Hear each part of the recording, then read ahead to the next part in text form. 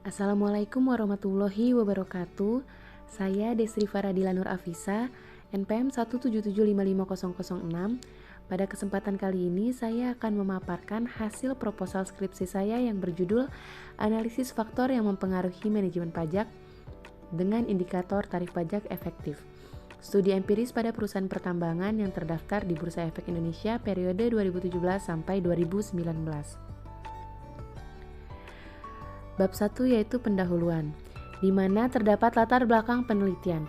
Pajak adalah kontribusi wajib kepada negara yang terutang oleh orang pribadi atau badan yang bersifat memaksa berdasarkan undang-undang dan merupakan salah satu sumber negara yang digunakan untuk membiayai pengeluaran negara, baik pengeluaran rutin maupun pengeluaran pembangunan demi kemakmuran rakyat, berdasarkan Undang-Undang Republik Indonesia Nomor 28 Tahun 2007.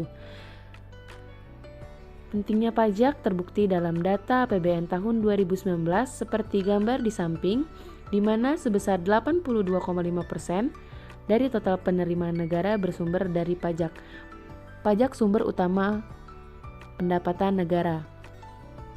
Yang saya ambil dari website Kementerian Keuangan yang saya akses pada tanggal 10 Oktober 2020.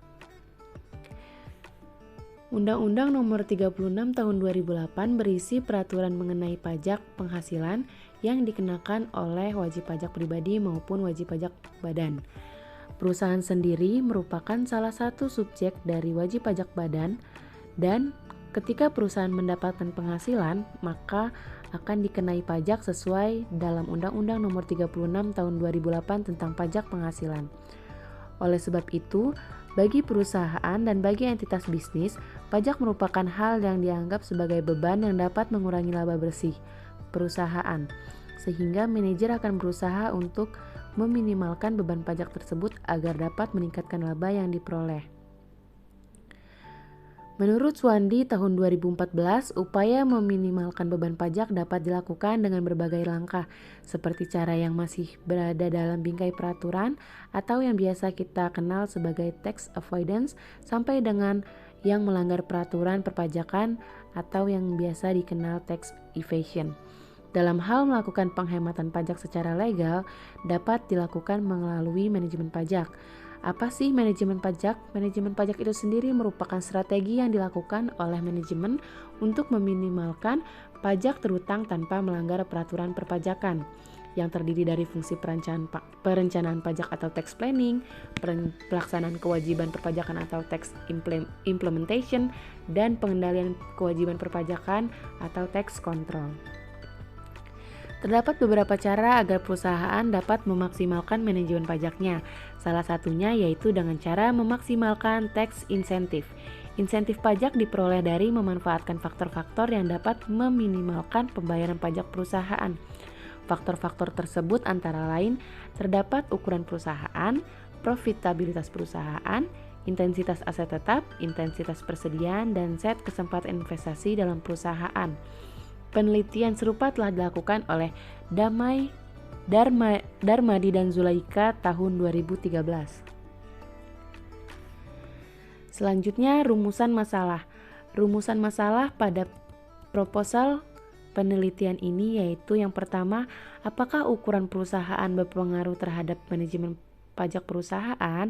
Apakah tingkat profitabilitas perusahaan berpengaruh terhadap manajemen pajak perusahaan? Apakah intensitas aset tetap berpengaruh terhadap manajemen pajak perusahaan? Apakah intensitas persediaan berpengaruh terhadap manajemen pajak perusahaan?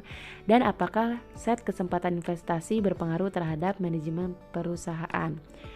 Dan tujuan penelitian ini yaitu untuk mengetahui pengaruh ukuran, tingkat profitabilitas, intensitas aset kepemilikan aset tetap, intensitas kepemilikan persediaan, dan set kesempatan investasi terhadap manajemen pajak perusahaan itu sendiri. Selanjutnya terdapat kontribusi penelitian. Kontribusi penelitian pada proposal penelitian ini dibagi menjadi dua, yaitu dalam segi teoritis dan segi praktis dalam aplikasinya.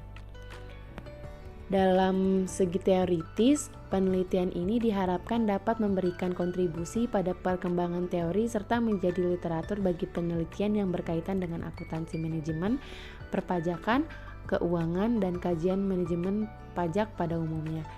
Sementara dalam segi praktis dalam aplikasinya, hasil penelitian ini diharapkan dapat memberikan pengetahuan bagi pembuat kebijakan perpajakan agar dapat lebih memperhatikan hal-hal yang bisa digunakan oleh perusahaan dalam rangka manajemen pajak yang dapat mengurangi pendapatan negara dari sektor pajak. Bagi perusahaan, agar lebih berhati-hati dalam melakukan manajemen pajak agar tidak dikategorikan dalam penyeludupan pajak. Oleh karena itu, hasil penelitian ini akan sangat bermanfaat sebagai salah satu pertimbangan bagi para praktisi tersebut dalam membuat keputusan manajemen. Selanjutnya terdapat kerangka pemikiran. Berdasarkan latar belakang yang telah saya uraikan, perusahaan akan menggunakan manajemen pajak untuk menekan biaya pajak atau beban pajak agar tidak memberatkan keuangan perusahaan. Kerangka pemikiran saya susun sebagai berikut. Jadi terdapat 5 faktor yang mempengaruhi manajemen pajak. Faktor yang pertama, ukuran perusahaan. Bagaimana ukuran perusahaan dapat mengurangi beban pajak? Yaitu perusahaan berskala besar cenderung memiliki SDM yang profesional dalam perencanaan pajaknya. Selanjutnya, tingkat profitabilitas. Keberhasilan perusahaan memanfaatkan keuntungan dari adanya insentif pajak dan pengurang pajak lainnya. Selanjutnya, intensitas aset tetap. Adanya beban depresiasi yang melekat pada aset tetap perusahaan. Selanjutnya, intensitas persediaan. Adanya biaya tambahan yang muncul akibat investasi perusahaan terhadap persediaan. Dan yang terakhir, set kesempatan investasi. Perusahaan dengan set kesempatan investasi tinggi cenderung untuk tidak menggunakan pendanaan dari pihak ketiga dalam bentuk utang.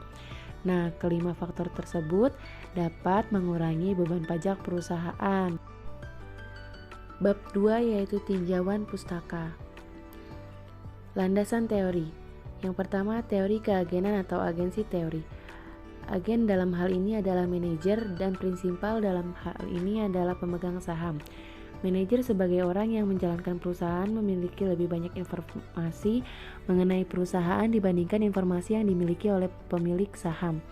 Ketidaksempurnaan penyebaran informasi yang ada antara informasi yang dimiliki manajer dengan informasi yang dimiliki pemilik saham ini memunculkan suatu kondisi yang disebut asimetri informasi.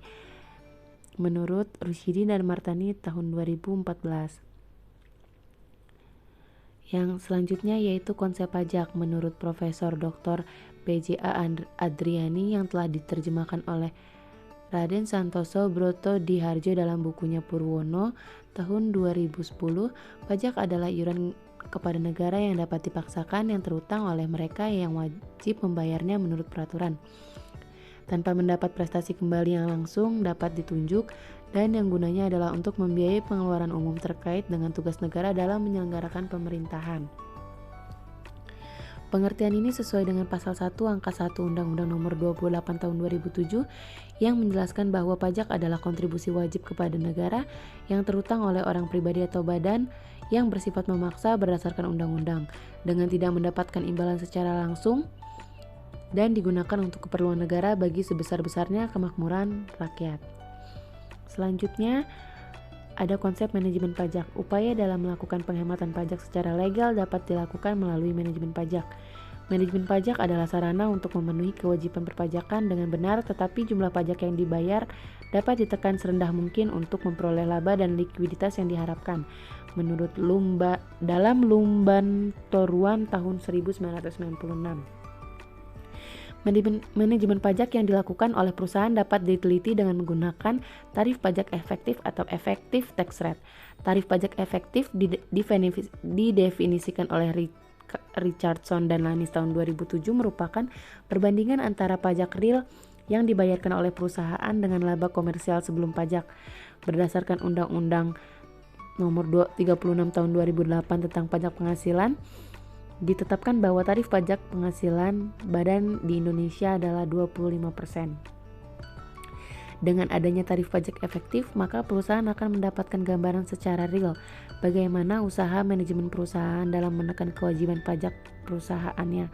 Jika perusahaan memiliki persentase tarif pajak efektif yang lebih tinggi dari tarif yang ditetapkan, maka perusahaan tersebut kurang maksimal dalam manajemen pajaknya. Jika semakin rendah tarif pajak efektif perusahaan, maka semakin tinggi tingkat manajemen pajak yang dilakukan oleh perusahaan.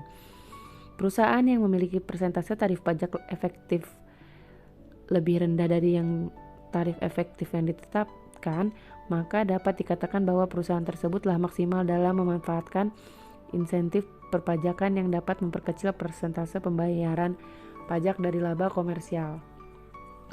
Selanjutnya, ukuran perusahaan. Ukuran perusahaan merupakan indikator untuk mengukur tahap kedewasaan suatu perusahaan yang dapat diklasifikasikan dengan skala besar atau kecil perusahaan dengan berbagai perhitungan. Penelitian yang telah dilakukan oleh Derasit dan Zhang tahun 2003 dan Richardson dan Lanis 2007 menjelaskan bahwa perusahaan yang termasuk dalam perusahaan berskala besar membayar pajak lebih rendah daripada perusahaan yang berskala kecil.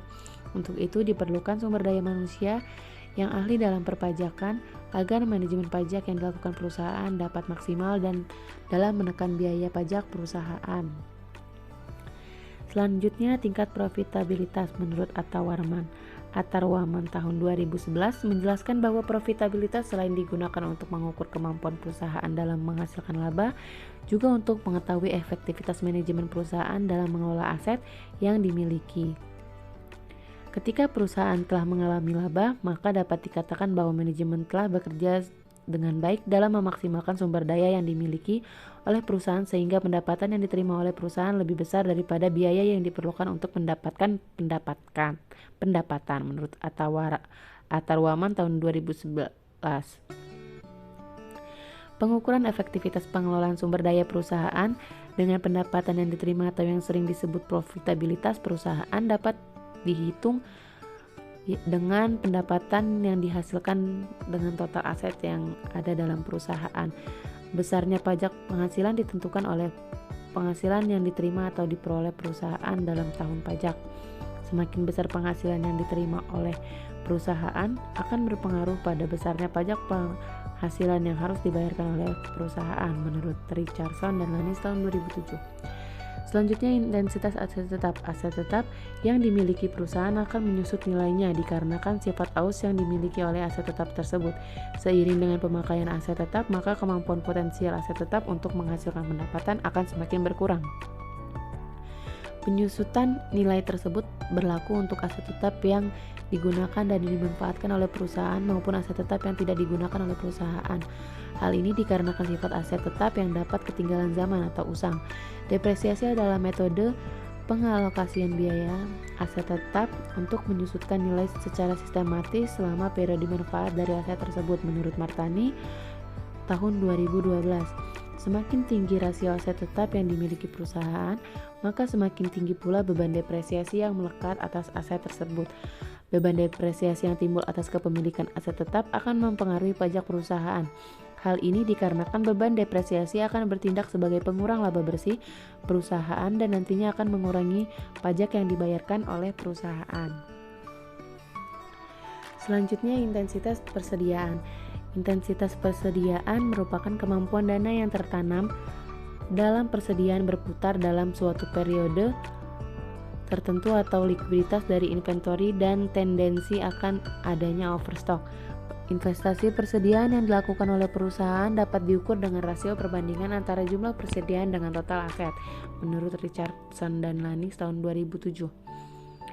Rasio ini dapat digunakan untuk menganalisis apakah investasi perusahaan terhadap persediaan telah sesuai dengan kebutuhan atau terjadi pemborosan. Perusahaan yang memiliki jumlah persediaan yang besar membutuhkan biaya yang besar untuk mengatur persediaan laba. Dengan dikeluarkannya biaya dan diakui sebagai beban pada periode terjadinya biaya, maka dapat menyebabkan penurunan laba bagi perusahaan. Ketika perusahaan mengalami penurunan laba, maka perusahaan akan membayarkan pajak lebih rendah sesuai dengan laba yang diterima oleh perusahaan menurut Darmadi dan Zulaika tahun 2013. Selanjutnya, set kesempatan investasi atau Investment Opportunity Set atau IOS merupakan pilihan investasi yang dilakukan perusahaan di masa depan.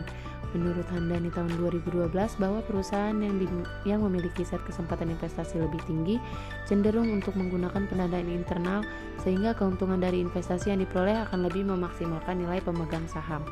Perusahaan yang memiliki set investasi yang tinggi juga lebih cenderung untuk mengoptimalkan investasi dan sedikit menggunakan hutang, sehingga perusahaan akan melewatkan kesempatan untuk menghemat beban pajaknya melalui beban bunga.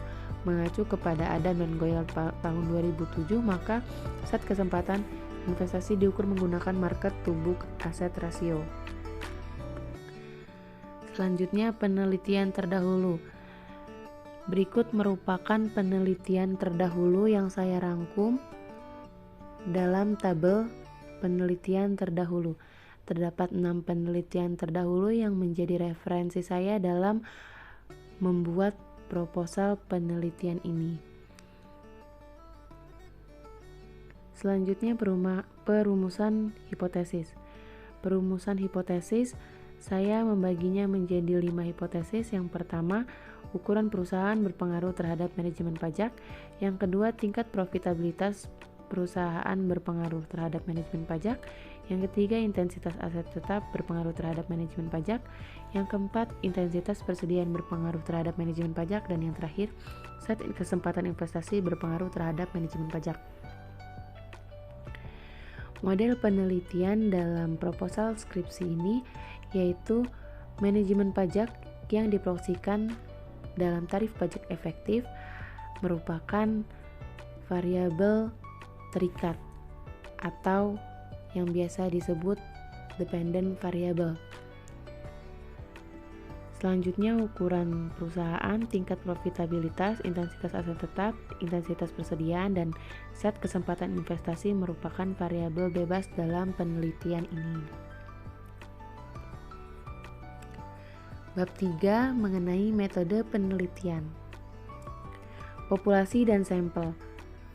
Populasi penelitian. Populasi merupakan wilayah generalisasi yang terdiri atas objek atau subjek yang mempunyai kualitas dan karakteristik tertentu yang ditetapkan oleh peneliti untuk dipelajari dan kemudian ditarik kesimpulannya menurut Sugiono tahun 2009.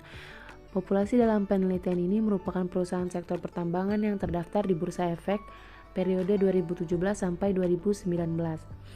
Sampel penelitian. Sampel penelitian merupakan bagian dari populasi yang memiliki sifat-sifat yang sama dari objek yang merupakan sumber data menurut Sukan Darumidi tahun 2006. Dalam penelitian ini, sampel yang digunakan adalah perusahaan-perusahaan pertambangan yang terdaftar di Bursa Efek pada tahun 2017 sampai 2019. Metode pengambilan sampel yang digunakan dalam penelitian ini adalah metode purposive sampling. Adapun kriteria sampel yang digunakan dalam penelitian ini yaitu perusahaan pertambangan utama yang terdaftar dan aktif di BEI tahun 2017 sampai 2019. Yang kedua, perusahaan yang mengalami laba selama periode 2017 sampai 2019.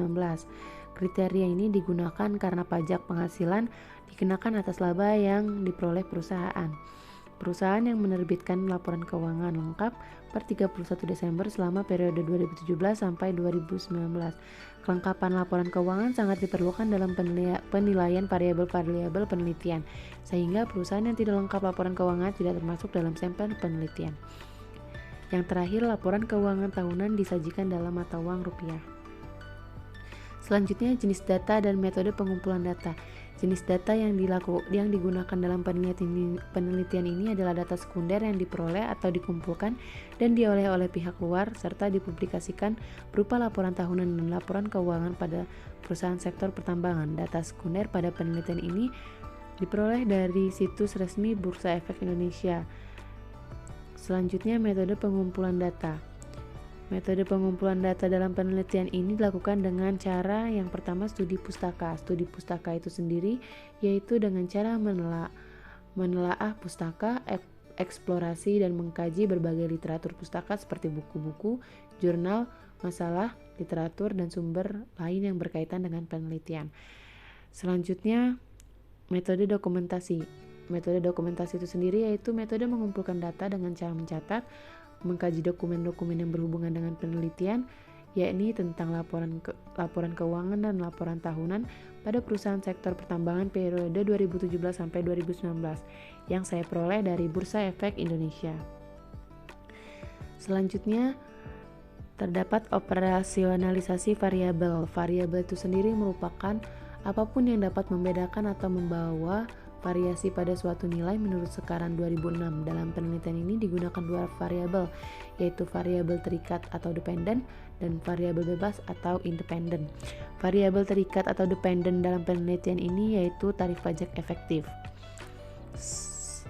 Adapun variabel bebas atau independen variabel dalam penelitian ini yaitu ukuran perusahaan, tingkat profitabilitas, intensitas aset tetap, intensitas persediaan, dan set kesempatan investasi. Analisis regresi. Variabel dalam penelitian ini diuji menggunakan model regresi linear berganda, yaitu teknik analisis untuk mengetahui pengaruh variabel-variabel independen terhadap variabel dependen. Y sama dengan alfa tambah B beta 1x1, beta 2x2, beta 3x3, beta 4x4, dan beta 5x5 ditambah E dengan keterangan Y sama dengan manajemen pajak yang saya proyeksikan menggunakan tarif pajak efektif, alfa yaitu konstanta, beta 1 sampai beta 5 yaitu koefisien regresi, X1 ukuran perusahaan, X2 tingkat profitabilitas, X3 intensitas aset tetap, X4 intensitas persediaan, X5 set kesempatan investasi, dan yang E adalah standar error. Selanjutnya uji hipotesis. Terdapat 3 uji hipotesis dalam proposal ini. Uji signifikasi simultan atau uji F. Uji F pada dasarnya menunjukkan apakah semua variabel independen yang dimasukkan dalam model mempunyai pengaruh secara bersama-sama terhadap variabel dependen menurut Ghazali tahun 2018. Selanjutnya uji signifikasi parsial atau uji T. Uji T pada dasarnya menunjukkan seberapa jauh pengaruh satu variabel independen secara individual dalam menerangkan variasi variabel dependen menurut Ghazali tahun 2018. Dan uji koefisien determinasi atau R kuadrat. Koefisien determinasi bertujuan untuk mengetahui seberapa besar kemampuan variabel independen menjelaskan variabel dependen menurut Ghazali tahun 2018.